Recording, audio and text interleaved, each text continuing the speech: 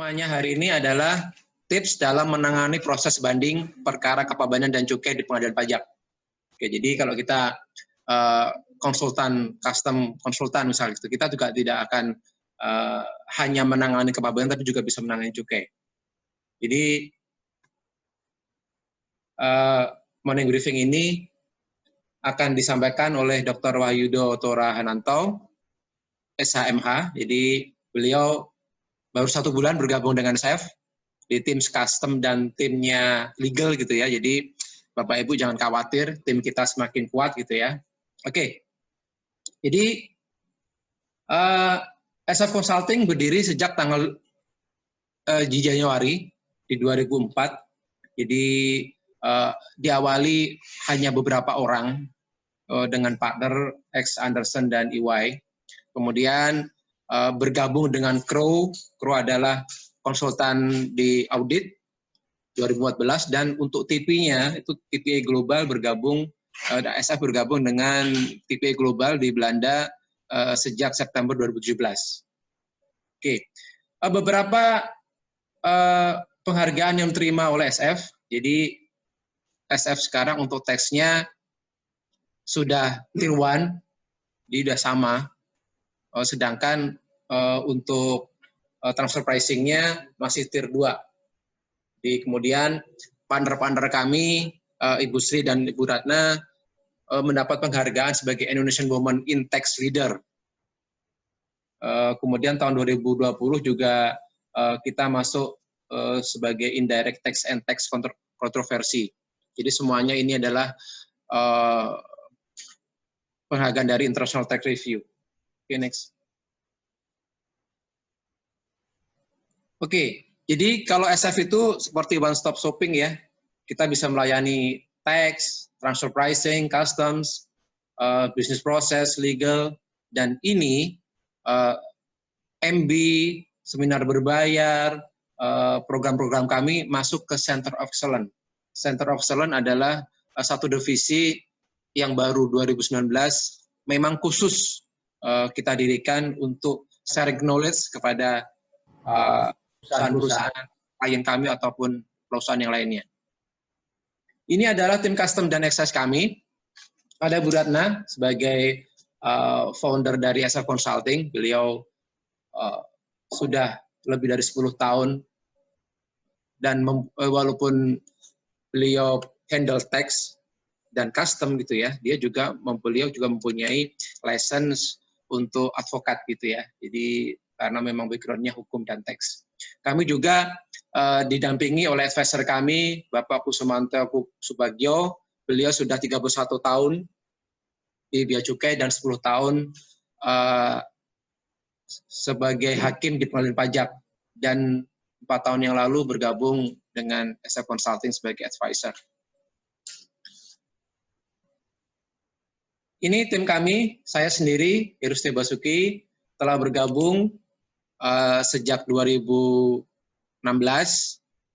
dan saya pribadi pengalaman 16 tahun di Bea Cukai.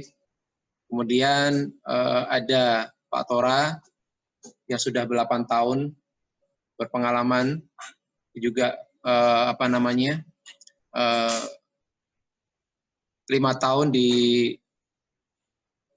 sebagai lawyer di perusahaan hukum. Oke, selanjutnya akan disampaikan oleh Pak Tora. Monggo silakan.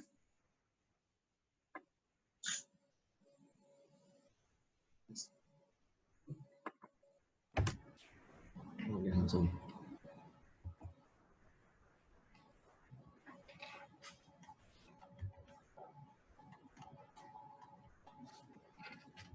Selamat pagi Bapak Ibu, rekan-rekan sekalian. Jadi pada hari ini sebenarnya yang akan kami jelaskan adalah mengenai tips mengenai banding di pengadilan pajak. Beberapa dari rekan-rekan atau Bapak Ibu sekalian, mungkin ada yang dari perusahaan, mungkin ada dari law firm, atau yang berlatar belakang advokat. Selama ini bertanya-tanya apa sih pengadilan pajak, kenapa mereka nggak bisa beracara di pengadilan pajak, perkara apa yang harus ditangani di pengadilan pajak. Di sini kami dari SF Consulting akan memberikan penjelasan kepada rekan-rekan, Bapak Ibu sekalian, mengenai proses di pengadilan pajak. Jadi sebelum kita masuk ke banding di pengadilan pajak, kita harus melalui dulu proses keberatan yang harus dilakukan sebelum melakukan banding di pengadilan pajak. Sebelumnya saya jelaskan, jadi di pengadilan pajak itu prosesnya adalah banding. Karena banding atas keputusan Direktur Jenderal Bea dan Cukai ataupun keputusan Direktur Jenderal Pajak. Jadi pengadilan pajak ini ada dalam lingkup pengadilan tata usaha negara, tapi dia berdiri sendiri. Jadi prosesnya adalah, jadi namanya proses banding. Jadi saya jelaskan, jadi proses ini merupakan upaya hukum dari orang yang keberatan terhadap suatu penetapan nilai tarif, selain tarif dan nilai pabean, serta pengenaan sanksi administrasi berupa denda yang dilakukan oleh pejabat bea dan cukai. Mungkin Bapak Ibu yang perusahaannya bergerak dalam bidang ekspor maupun impor atau cukai, yang harus bayar cukai, akan terkait dengan hal ini. Jadi sebelum masuk ke banding, kita akan masuk dulu ke proses keberatan. Dasar hukum proses keberatan seperti Bapak Ibu dan rekan-rekan sekalian sampai lihat di slide, ada di pasal 93, 93A, pasal 94, Undang-Undang 10, 95, sebagaimana diubah terakhir dengan Undang-Undang 17 2006 tentang kepabeanan. Kemudian di pasal 41 Undang-Undang 11 tahun 95 tentang cukai, sebagaimana diubah terakhir dengan Undang-Undang 39 tahun 2007. Kemudian ada di PMK nomor 51 garing PMK 04 2017 tentang keberatan di bidang kepabeanan cukai, dan Perdirjen Bea Cukai nomor Per 15 BC 2017. Saya akan lebih menggarisbawahi ke penyelesaian sengketa perkara di bidang kepabeanan dan cukai. Jadi siapa sih yang bisa mengajukan keberatan? Jadi keberatan ini timbul karena adanya tagihan dari pejabat bea dan cukai atas impor yang dilakukan. Yang pertama adalah importir, kedua pengangkut, ketiga pengusaha TPS, kemudian keempat pengusaha TPB, tempat penimbunan berikat, kemudian kelima PPJK, kemudian 6 adalah ini terkait cukai, pengusaha pabrik BKC. Pengusaha pabrik BKC jadi seperti perusahaan-perusahaan yang memproduksi barang kena cukai, bisa pabrik-pabrik minuman yang mengandung etil alkohol, rokok. Kemudian yang ketujuh adalah tempat pengusaha tempat penyimpanan BKC, kemudian pengusaha tempat penjualan eceran BKC, dan importir BKC. Jadi sebelum masuk rekan-rekan, jadi mungkin ini slide-nya ada cukup lumayan slide, karena perlu sebenarnya sudah saya buat sedetail mungkin supaya rekan-rekan jelas. Apabila ada pertanyaan sebelum sesi ini selesai dan rekan-rekan baca dari slide atau penjelasan saya, nanti silahkan saja langsung diketik di chat room. Nanti akan ada sesi tersendiri buat kami untuk menjawab pertanyaan rekan-rekan dan Bapak Ibu sekalian. Jadi pengajuan keberatan. Jadi sebelum kita masuk ke proses banding di pengadilan pajak, pengajuan keberatan dapat diajukan atas penetapan pejabat bea cukai yang berupa yang pertama penetapan tarif. Penetapan tarif ini mengakibatkan pungutan bea masuk, cukai, atau pajak dalam rangka impor yang kurang dibayar. Jadi ini PPH, PPN, berupa SKPBM dari nota pembetulan dan hasil temuan audit. Jadi beberapa perusahaan akan diaudit oleh Bea Cukai. Biasanya tiap 2 tahun sekali, Bapak, Ibu, rekan-rekan sekalian. Dan dari hasil temuan audit itu kemudian akan muncul tagihan. Apakah tagihan itu disetujui atau tidak disetujui? Kalau disetujui ya sudah, nggak ada upaya hukum lagi. Tapi kalau nggak disetujui, upaya hukumnya bagaimana? Upaya hukumnya banding ke pengadilan pajak. Kemudian penetapan nilai pabean. Penetapan nilai pabean itu perhitungan bea masuk yang mengakibatkan pengungutan bea masuk, cukai, atau pajak dalam rangka impor berupa SKPBM dari nota pembetulan atau hasil temuan audit. Jadi nilai pabean itu misalkan Bapak, Ibu, atau rekan-rekan sekalian impor atau beli barang di luar negeri, kan beberapa juga begitu, nggak setuju dengan kita declare barangnya seharga sekian dengan pos tarif sekian, kemudian pejabat bea cukai menyatakan bahwa pos tarif itu nggak sekian, nah, harusnya bayarnya bea masuknya sekian. Nah kalau itu tidak terima, apa yang terjadi? Ya, itu ada penetapan nilai pabeannya, kemudian banding ke pengadilan pajak, tapi nilainya berbeda-beda pastinya. Kemudian yang ketiga adalah penetapan atas pengenaan sanksi administrasi berupa SK PBM dari SPSA atau SPPSA. Kemudian kekurangan pembayaran biaya masuk cukai dalam rangka IPO selain karena tarif atau nilai pabean. Penetapan pabean lainnya yang tidak mengakibatkan kekurangan pembayaran. Atau yang terakhir kekurangan cukai dan atau sanksi administratif berupa denda. Jadi ada tagihan itu biaya masuknya sudah tepat, kemudian pajaknya sudah tepat, tapi dia kena sanksi administrasi berupa denda. Kenapa?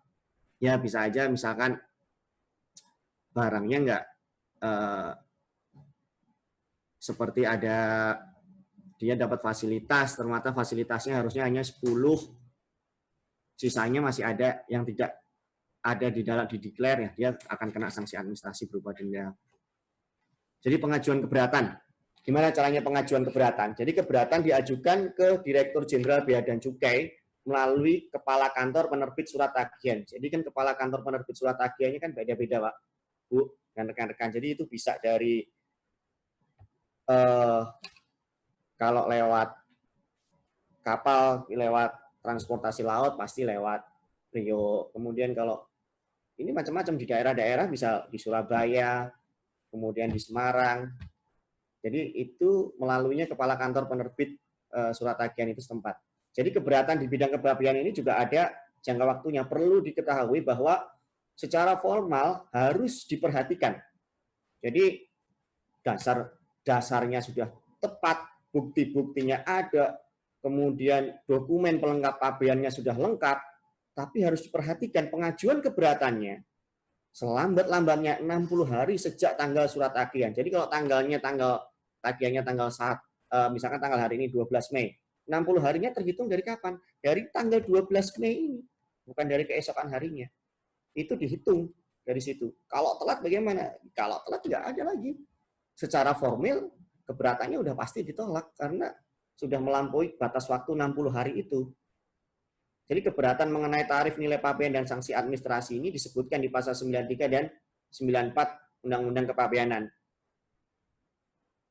Kemudian keberatan di bidang cukai, beda lagi. Kalau keberatan di bidang cukai diajukan dalam waktu selambat-lambatnya 30 hari sejak surat tanggal tagihan cukai.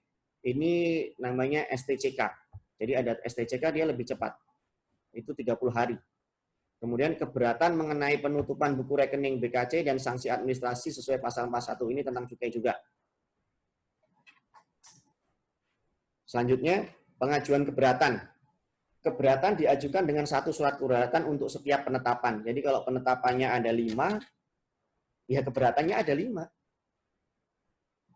Keberatan diajukan secara tertulis dengan disertai penyerahan jaminan sebesar kekurangan pembayaran, fotokopi surat tagihan, dan disertai data atau bukti pendukung keberatan tersebut. Itu sudah ada formnya tersendiri. Untuk keberatan formnya bagaimana, itu sudah ada formnya tersendiri, Bapak Ibu rekan-rekan sekalian.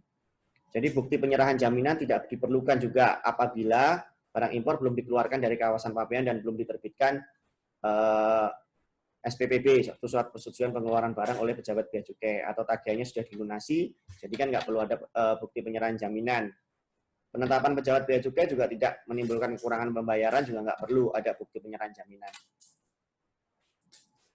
Jadi hak keberatannya akan hilang, seperti saya jelaskan tadi di awal. Bagaimana keberatan atas penetapan pejabat bea cukai tagihan itu bisa hilang, kita nggak bisa ajuin keberatan bagaimana? Yang pertama, apabila jangka waktu 60 hari, sebagaimana saya jelaskan di muka, itu sudah terlampaui. Jadi nggak bisa. Bisa diajuin, tapi itu akan gugur dengan sendirinya, akan dinyatakan formalnya tidak memenuhi, kemudian tidak memberikan jaminan. Bila pengajuan keberatan melalui jangka waktu 60 hari, maka kepala kantor menerbitkan keputusan penolakan. Dalam hal hari ke-60 jatuh pada bukan hari kerja, batas akhir pengajuannya adalah hari kerja berikutnya. Keputusan keberatan. Keberatan harus diputuskan selambat-lambatnya 60 hari sejak diterimanya berkas secara lengkap dan benar. Jadi saat kita ngajuan permohonan keberatan itu di bea cukai, ajukan 60 hari itu, dan kemudian kita kan dapat surat diterimanya permohonan keberatan. Nah, dari situ sebelum 60 hari akan diterbitkan keputusan Direktur Jenderal Bea dan Cukai yang menyatakan apa? Apakah bandingnya diterima, bandingnya dikabulkan sebagian, keberatannya diterima, keberatannya dikabulkan sebagian, atau keberatannya dikabulkan seluruhnya. Sebelum keberatan diputuskan, bisa saja dari kantor pelayanan yang menangani keberatan tersebut minta bukti-bukti lagi. Setelah itu diterima, mereka minta bukti lagi apakah sebagai pelengkap pertimbangan mereka apakah itu bisa diterima atau tidak keberatannya. Selanjutnya, keputusan keberatan juga berfungsi untuk pengembalian jaminan bea masuk, sanksi administrasi berupa denda atau pajak dalam rangka impor atau proses pengeluaran barang dari kawasan pabean. Keberatan yang tidak diputus Direktorat Jenderal Bea Cukai dalam jangka waktu 60 hari sejak diterimanya berkas secara lengkap dan benar, maka keberatan dianggap dikabulkan. Jadi pasti dalam jangka waktu 60 hari, keberatan itu akan diputus. Apakah diterima, dikabulkan sebagian, atau dikabulkan seluruhnya. Kalau itu nggak dijawab, padahal sudah diterima dengan lengkap dan benar, maka keberatan itu dianggap dikabulkan. Nah, ini tadi yang sudah saya jelaskan beberapa kali, jadi keputusan keberatan itu bisa mengabulkan sebagian, mengabulkan seluruhnya, atau menolak. Saya pernah mengalami 3 keputusan keberatan di kantor pelayanan ini, waktu menangani klien-klien saya dulu, bahwa ada yang kabul sebagian, kabul seluruhnya, dan ditolak. Meskipun rata-rata pengajuan keberatan, hampir 75% lah, mungkin lebih, itu ditolak kalau pengajuan keberatan. Jadi upaya hukum yang dilakukan dibanding ke pengadilan pajak. Makanya dalam pembahasan kita hari ini, saya lebih akan menekankan ke pengadilan pajaknya. Hak importir setelah mengajukan keberatan adalah dapat mengajukan banding ke pengadilan pajak dalam jangka waktu 6 hari sejak keputusan Dirjen. Jadi setelah ada keputusan dikabulkan sebagian atau ditolak, mau mengajukan upaya hukum atas tagihan yang dirasa perusahaan tidak terima atas putusan itu, mereka bisa mengajukan permohonan banding ke pengadilan pajak. Jangka waktunya berapa hari? Jangka waktunya 60 hari sejak surat keputusan. Surat keputusannya tanggal 12 Mei, dari tanggal 12 Mei sudah terhitung hari pertama sampai 60 hari. Jadi proses keberatan dan banding kepabeanan ini ada flowchart-nya. Nanti Bapak Ibu sekalian dan rekan-rekan bisa dapat ini juga, slide ini atau ini. Setelah mengisi CFF yang di akhir acara nanti akan kita sampaikan, ataupun tadi di awal sudah kita sampaikan, di CFF itu nanti yang sudah ngirim CFF nanti apabila minta data ini akan kami kirimkan. Nah, kita sekarang masuk ke proses banding pengadilan pajak. Jadi saya di keberatan saya percepat karena kita akan menitik beratkan di tips bagaimana kalau mengajukan banding di pengadilan pajak. Karena ini mungkin bagi rekan-rekan perusahaan yang menangani soal proses ekspor impor, mungkin di proses keberatan tidak begitu awam, tapi untuk proses banding ke pengadilan pajak, siapa yang harus mewakili di pengadilan pajak, apa yang harus disampaikan di pengadilan pajak, siapa yang bisa beracara di pengadilan pajak, berapa jangka waktunya, formalnya bagaimana, akan kita jelaskan di sini. Silakan Bapak Ibu yang sudah pengen bertanya, silakan diketik aja di chat room, nanti kita jawab di sesi akhir acara. Jadi dasar hukumnya banding ke pengadilan pajak, bisa Bapak Ibu dan rekan-rekan sekalian saksikan di slide. Jadi ada 2, karena spesifikasi kami ada di kepabeanan dan cukai, meskipun kami juga ada spesifikasi di bidang teks, tapi mungkin rekan kami yang lain dan di acara lain atau kesempatan yang lain akan menjelaskan soal proses beracara di pengadilan pajak dari sisi teks. Jadi ini saya dari sisi kepabeanan dan cukai. Ini dasar hukumnya ada di pasal 95 Undang-Undang 1095 Junto nomor 17 tahun 2006, di mana yang dapat mengajukan permohonan banding kepada pengadilan pajak dalam jangka waktu 60 hari sejak tanggal penetapan atau tanggal keputusan. Ini perlu digarisbawahi adalah setelah pungutan dilunasi. Jadi kalau ditagih dalam jalin keputusan Direktur Jenderal Bea dan Cukai itu kemudian ditagih 1 miliar, 2 miliar, 30 miliar, sampai ratusan miliar sekalipun, pungutan itu harus dilunasi terlebih dahulu, baru bisa mengajukan banding ke pengadilan pajak. Lalu bagaimana kalau pungutan terutang itu nggak dilunasi dulu, kalau mau mengajukan banding? Kalau itu nggak dilunasi, nanti secara formil, banding itu akan dinyatakan tidak dapat diterima, Bapak Ibu rekan-rekan sekalian. Jadi harus dilunasi dulu pungutan terutangnya. Kalau nanti menang, baru bisa diajukan restitusi untuk pengembalian atas nilai yang disengketakan itu. Ya kalau kalah, ya sudah. Jadi itu. Jadi pungutan terutangnya harus dilunasi dulu. Tagihannya harus dilunasi dulu. Baru bisa mengajukan banding ke pengadilan pajak. Kemudian kalau perkara cukai, juga dapat mengajukan banding jangka waktunya 60 hari sejak penetapan keputusan STCK 1 itu. Sama, ini juga harus melunasi dulu pungutan terutangnya. Selanjutnya materi banding dan kepabeanan. Jadi banding kepabeanan itu bisa berupa ini dasar hukumnya. Jadi kalau bisa banding atas dasar pasal 17 ayat 2. Ini kemudian ini biasanya atas hasil penetapan atas hasil audit. Kemudian keputusan Dirjen terhadap penetapan tarif dan nilai pabean. Dasar hukumnya di pasal 93 ayat 2. Di pasal 93A ayat 4. Ini adalah selain tarif dan nilai pabean. Pasal 94 ayat 2 adalah atas keberatan terhadap keberatan sanksi administrasi berupa denda. Materi bandingnya bisa Bapak Ibu lihat di sini. Dasar hukumnya kami sudah cantumkan di PMK 114/2018, kemudian materi gugatan cukai.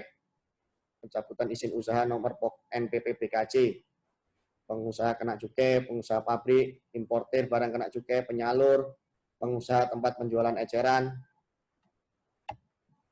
Nah, kemudian ini yang perlu Bapak Ibu ketahui dan rekan-rekan ketahui mengenai persyaratan pengajuan banding dan gugatan di pengadilan pajak. Jadi satu, diajukan ke pengadilan pajak dalam jangka waktu 60 hari sejak tanggal penetapan atau tanggal keputusan. Kedua, setelah pungutan yang terutang dilunasi, kalau Bapak Ibu atau rekan-rekan sekalian ada yang awam dengan kata-kata pungutan terutang itu apa? Anggap aja itu tagihan. Jadi itu tagihan yang ada di keputusan Direktur Jenderal dan Bea Cukai itu dilunasi. Maka ini lebih ke yang 50%, mohon maaf. 50% apabila pungutan terutang dilunasi 50%. 50% ini tertulisnya di Undang-Undang Pengadilan Pajak hanya dapat diajukan apabila pungutan yang terutang telah dilunasi 50%. Kemudian di SE 09/2004 terutang dilunasi 50%, wajib jaminan setempat. Ini sebenarnya biasanya 50% ini banyak kita temui di perkara-perkara pajak, bukan perkara-perkara kepabeanan dan cukai. Karena kalau dalam perkara pajak itu ada bunganya. Kalau 50%-nya baru dibayar, tidak dibayar penuh. Kalau dia menang, ya dia dapat bunga. Tapi kalau dia bayar 50%, kemudian dia baru bayar setelahnya, dia justru malah dapat denda. Kalau di pengadilan pajak perkara kepabeanan selama ini, pungutan terutangnya harus dilunasi 100%. Cukai, dasar hukumnya sudah saya sampaikan di sini, diajukannya juga dalam jangka waktu 60 hari. Diagram pengajuan banding dan gugatan bisa rekan-rekan saya lihat di slide ini, Jabat Bea dan Cukai, Direktur Jenderal Bea Cukai, Pengadilan Pajak, pusing ini. Nih. Next. Nah, dasar hukum pengadilan pajak. Jadi pengadilan pajak ini dasar hukumnya adalah Undang-Undang Nomor 14/2002 tentang pengadilan pajak.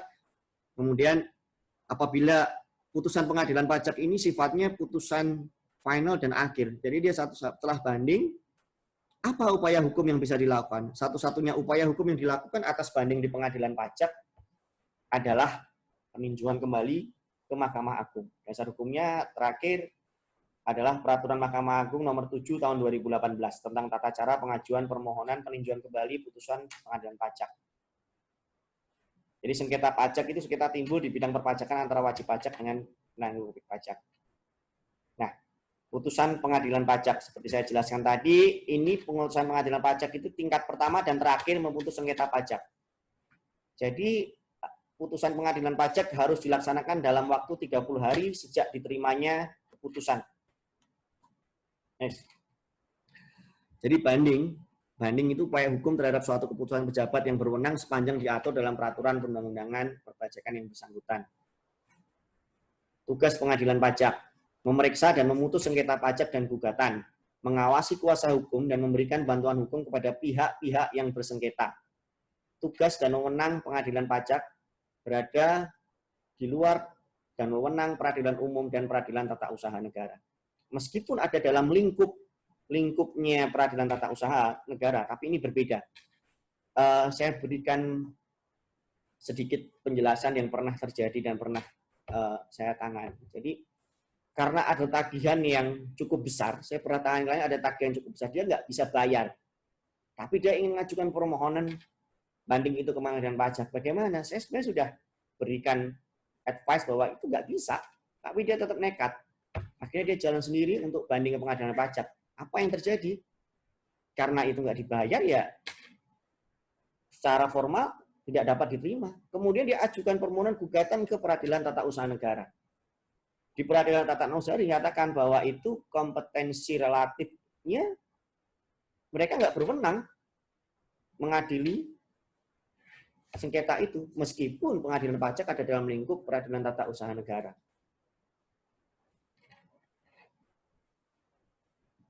Banding ke pengadilan pajak, sudah kita jelaskan tadi di awal, jangka waktunya 60 hari. Jadi pengajuan banding. Siapa yang bisa mengajukan banding ke pengadilan pajak?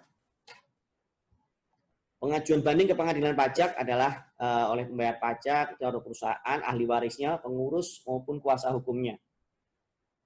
Jadi hak pemohon banding dalam melengkapi banding sepanjang 60 hari. Jadi dalam jangka waktu 60 hari, banding itu harus dimasukkan. Jadi dalam misalkan sebelum ada 60 hari, baru 40 hari atau 50 hari sudah diajukan banding ke pengadilan pajak, boleh. Tapi sebelum 60 hari mau melengkapi berkas-berkas lagi, boleh. Diajukan lagi, tambahan lagi, boleh.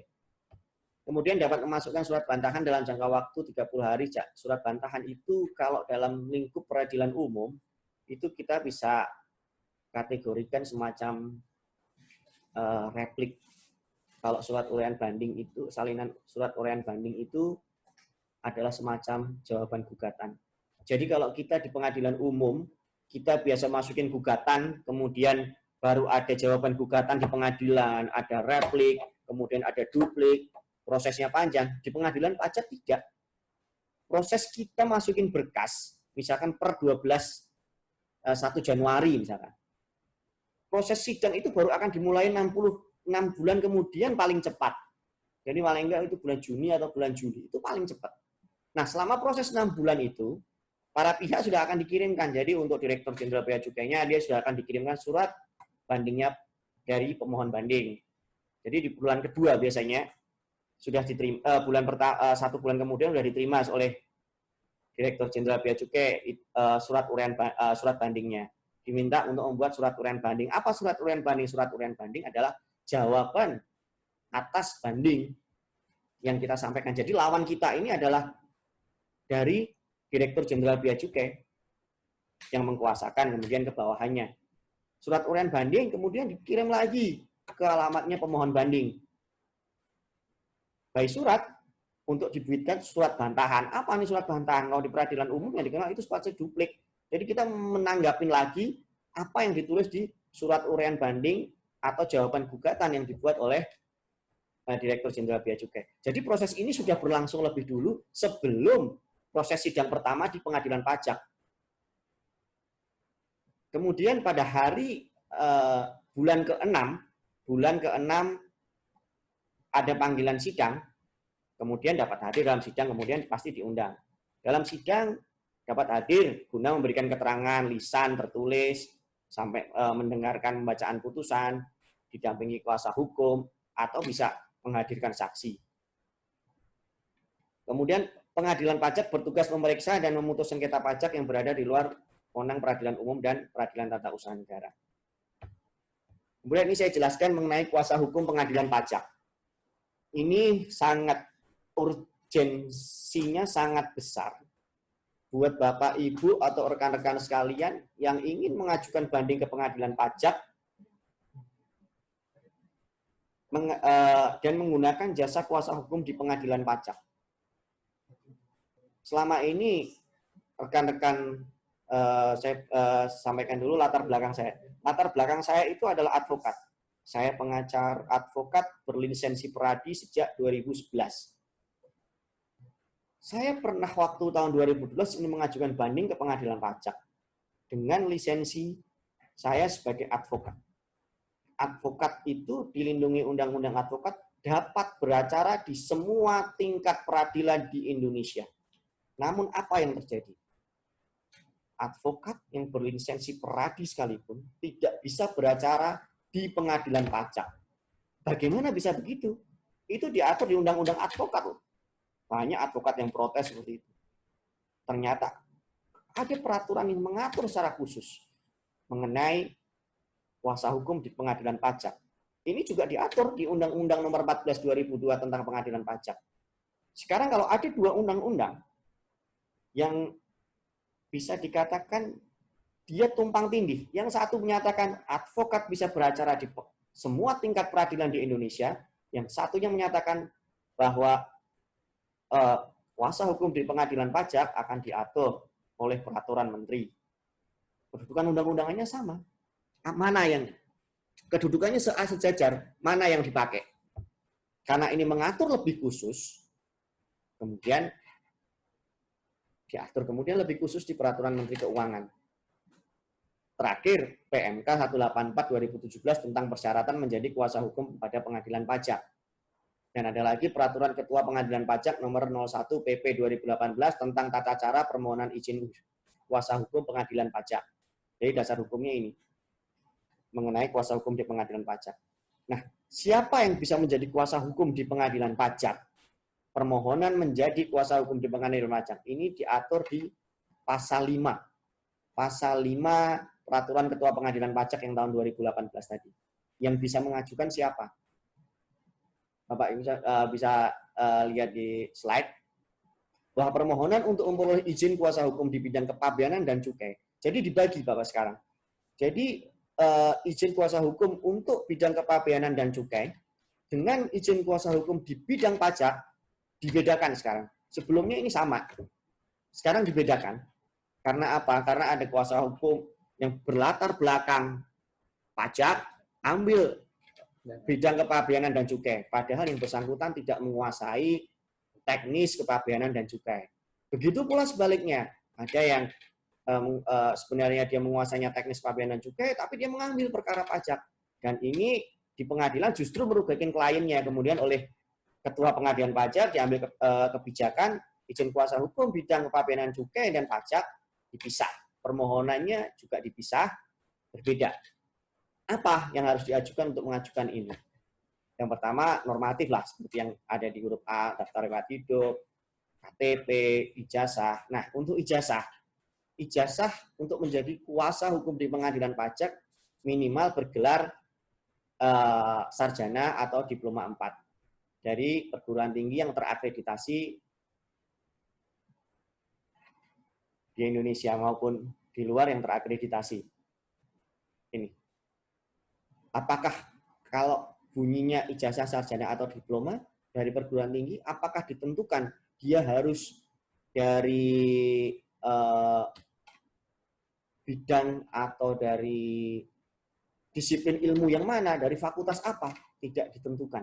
Dalam menjadi kuasa hukum di pengadilan pajak, semua ya sarjana maupun diploma seperti itu. Ini saya garis bawahi untuk yang di bidang kepabeanan pajak. Tapi di situ yang di D, ini harus ada fotokopi yang menunjukkan bahwa yang bersangkutan mempunyai pengetahuan yang luas dan keahlian tentang peraturan perundang-undangan perpajakan. Dengan dasar apa? Yang pertama, itu bisa fotokopi ijazah Diploma 3 Kepabeanan dan Cukai dari perguruan tinggi.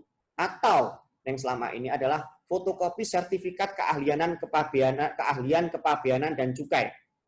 Jadi keahlian kepabeanan dan cukai ini selama ini kalau rekan-rekan advokat atau rekan-rekan banyak yang bertanya, apa nih keahlian kepabeanan dan cukai? Kalau keahlian perpajakan beberapa tahu, mereka ikut brevet A, B atau C, kemudian mereka ikut ujian itu, kemudian mereka dapat itu keahlian perpajakan. Kalau keahlian kepabeanan dan cukai itu apa? Kepabeanan kepabeanan cukai itu biasanya ini ada namanya pendidikan ahli kepabeanan, Bapak Ibu dan rekan-rekan sekalian. Jadi Bapak Ibu harus mengikuti pendidikan ahli kepabeanan itu terlebih dahulu. Kemudian lulus ujian yang diselenggarakan oleh Bea dan Cukai. Biasanya diadakan yang di Rawamangun itu di Pusdiklat Bea dan Cukai. Sertifikat keahlian kepabeanan dan cukai. Dari situ setelah itu harus dilampirkan pada surat permohonan untuk menjadi kuasa hukum di pengadilan pajak. Bapak Ibu bergelar sarjana hukum atau master hukum sekalipun, kalau tidak punya keahlian kepabeanan dan cukai, lulus ujian itu, Bapak Ibu sekalian advokat 30 atau 40 tahun sekalipun, nggak bisa beracara di pengadilan pajak kalau tidak punya keahlian itu. Kemudian persyaratan lainnya adalah NPWP, kemudian ada SPT tahunan. Jadi sekarang untuk jadi kuasa hukum di pengadilan pajak, Bapak Ibu rekan-rekan sekalian wajib menyampaikan SPT pemberitahuan SPT tahunannya dalam 2 tahun terakhir. Selama ini banyak sekali mungkin yang SPT tahunnya nggak dilaporkan atau sudah nggak tahu kemana. Ingin jadi kuasa hukum di pengadilan pajak, SPT tahunnya 2 tahun terakhir harus dilampirkan. Atau kita kalau minta itu atau berkasnya hilang, yang tahun-tahun sebelumnya juga harus dilengkapin dulu. Kemudian harus ada SKCK juga dan pas foto terakhir. Jadi juga ada surat pernyataan tidak boleh berstatus pegawai negeri sipil, kemudian fakta integritas. Bapak Ibu sekalian bisa download nanti dari dasar hukum yang saya sampaikan di muka tadi mengenai syarat-syarat gimana sih jadi kuasa hukum di pengadilan pajak itu. Nah, contohnya seperti ini. Jadi kita akan dapat, jadi surat izin kuasa hukum pengadilan pajak itu nanti akan diterbitkan keputusan dari Ketua Pengadilan Pajak. Keputusan ini berlaku 2 tahun. Nanti 2 tahun kemudian setelah habis, mengajukan permohonan perpanjangan. Kalau sampai telat, sebelum masa berlakunya habis sampai telat, harus mengulang lagi, bukan perpanjangan lagi, mengajukan permohonan baru lagi. Prosesnya harus diverifikasi dari awal lagi.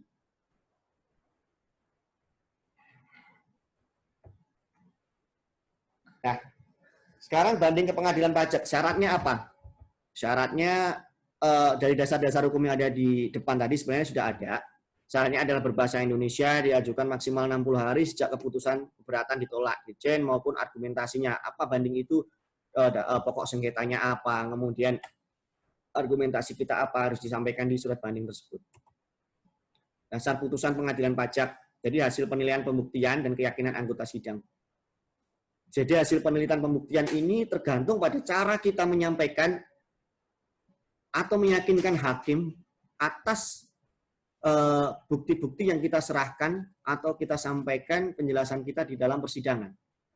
Tentunya akan berbeda diajukan oleh apabila sidang itu diwakili oleh perusahaan atau karyawan perusahaan dengan kuasa hukum di pengadilan pajak tentu berbeda.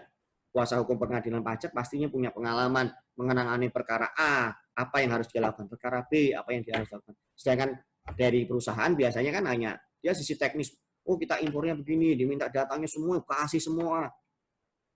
Padahal dalam proses beracara di pengadilan pajak, ada yang apa yang harus kita sampaikan, ada yang memang itu harus kita batasi. Dalam hal pemeriksaan oleh majelis, putusan berdasarkan musyawarah atau suara terbanyak. Karena bisa saja salah satu hakim, ada yang dissenting opinion atau berpendapat berbeda. Namun putusan akhir dan finalnya adalah berdasarkan suara terbanyak. Jadi keputusan pengadilan pajak itu ada beberapa. Jadi bisa menolak seluruhnya, mengabulkan sebagian, atau mengabulkan seluruhnya, menambah pajak yang harus dibayar, membetulkan kesalahan tulis atau salah hitung, atau tidak dapat diterima. Seperti saya sampaikan, tidak dapat terima ini gimana? Tidak dapat diterima kalau secara formal tidak memenuhi. Lebih dari 60 hari mau mengajukan banding, itu akan dinyatakan tidak dapat diterima. Tidak dibayar sebelum pungutan terutang maupun tagihannya tidak dibayar sebelum mengajukan banding, putusannya akan muncul tidak dapat diterima. Putusan. Jadi sejak dinyatakan putusan, misalkan hari ini putusan tanggal 12 Mei, itu akan dikirim ke yang bersangkutan, ke perusahaan dalam jangka waktu 30 hari. Jadi 30 hari dari sekarang, Bapak Ibu atau rekan-rekan sekalian sudah akan menerima putusan yang dibacakan. Dan pejabat yang berwenang harus melaksanakan dalam 30 hari sejak diterima putusan. Jika nggak melaksanakan, dia pasti akan dikenai sanksi kepegawaian yang berlaku.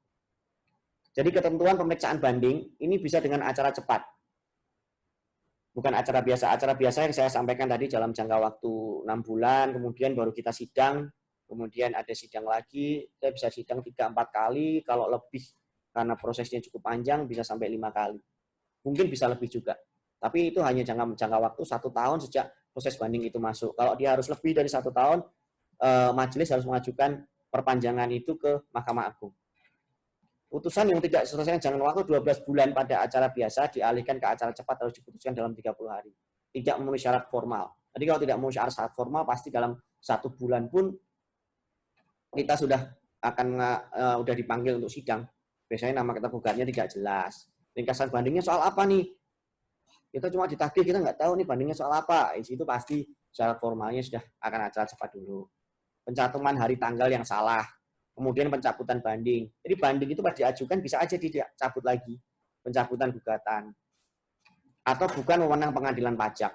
Jadi mau gugat ahli waris perusahaan, keadilan berdasarkan ketentuan Maha Esa, nama identitas, tanggal diterimanya banding, ringkasan surat tanggapan, bantahan, sampai amar putusannya.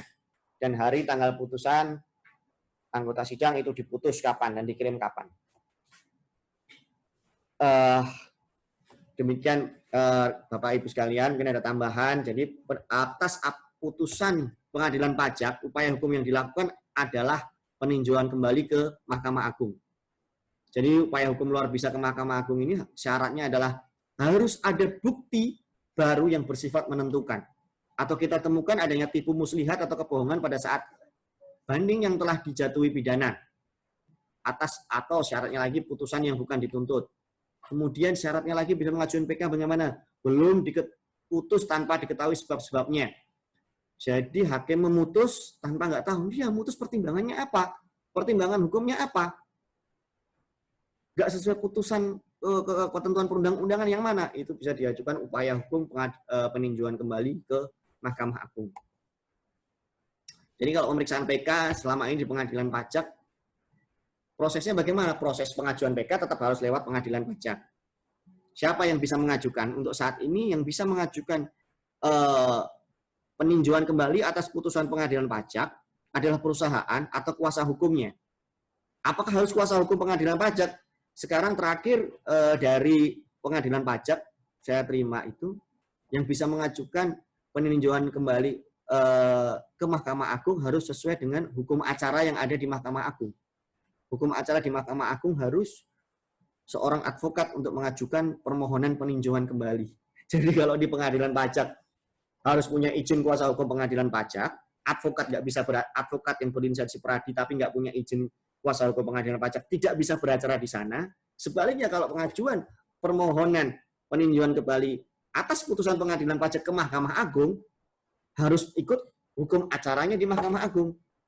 Harus advokat sesuai undang-undang advokat. Kuasa hukum pengadilan pajak bisa enggak? Terakhir yang saya ketahui ada surat keputusan Ketua Pengadilan Pajak yang baru, tidak bisa, harus memakai harus berlisensi advokat sesuai undang-undang advokat. PK dapat dicabut tapi tidak dapat diajukan lagi. PK tidak menghentikan putusan pengadilan pajak. Jadi misalkan ada kita menang, Bapak Ibu sekalian menang kemudian mengajukan restitusi. Tapi bea cukai kita kan mengajukan PK nih, kita peninjauan kembali, itu nggak menghentikan putusan, restitusi tetap bisa berjalan. Begitu pula sebaliknya. Putusan PK acara biasa maksimal 6 bulan, cepat 1 bulan, diucapkan dalam sidang terbuka. Biasanya dalam jangka waktu 6, sekarang sudah cepat Bapak Ibu rekan-rekan sekalian, 6 sampai 1 tahun, sekarang putusan MA sudah turun apabila mengajukan peninjauan kembali. Jadi ini diagram alur keberatan dan bandingnya. Bapak Ibu dan rekan-rekan sekalian bisa lihat di slide. Apabila Bapak Ibu rekan-rekan sekalian nanti menginginkan ini, kami akan kirimkan setelah mengisi CFF yang kita minta nanti di akhir acara. Terima kasih Bapak Ibu sekalian atas apa yang saya jelaskan tadi. Apabila ada pertanyaan, silahkan di share di chat room. Nanti setelah ini akan saya jawab. Waktu dan tepat saya kembalikan dulu ke moderator Pak Iris Basuki. Terima kasih. Kami tutup, Bapak Ibu, terima kasih telah bergabung dengan acara morning briefing kami. Mudah-mudahan kami bisa melaksanakan morning briefing lagi di lain kesempatan dan membahas rencana kami ke depan akan membahas terkait dengan free trade agreement, terkait royalty, dan akan membahas custom appeal lagi, tapi di sisi lain, ya gitu ya. Jadi di sisi lain tuh kita akan membahas dengan contoh-contohnya, trik-triknya bagaimana. Oke, terima kasih semuanya. Sehat selalu, sukses selalu. Assalamualaikum warahmatullahi wabarakatuh. Waalaikumsalam. Waalaikumsalam.